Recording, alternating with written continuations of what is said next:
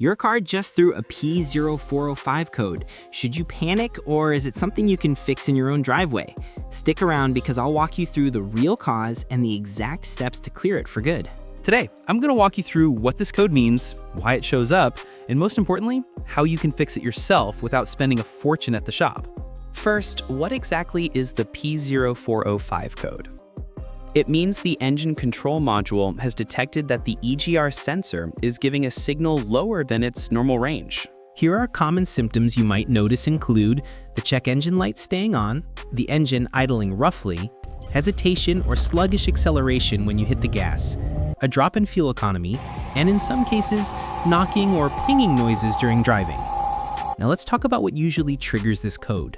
A clogged or dirty EGR valve, carbon buildup blocking the EGR passages, a faulty EGR solenoid or sensor, damaged vacuum lines, or wiring issues.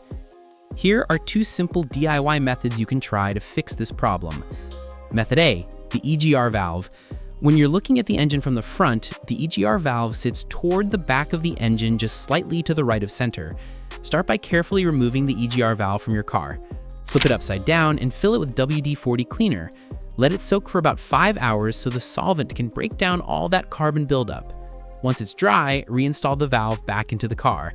If it's too dirty to clean properly, it's better to just replace it with a new EGR valve. Method B, the intake manifold. The intake manifold is on top of the engine and it's a key part of the combustion process. Begin by carefully removing it from the engine.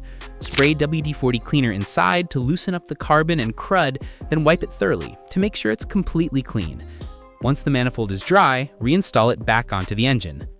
So here are two of the most practical solutions to fix P0405 code. After cleaning or replacing what's needed, clear the code with your scanner and take the car for a test drive.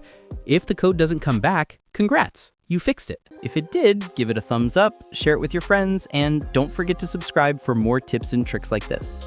Thanks for watching, and remember, when it comes to car problems, you've got this. See you in the next video.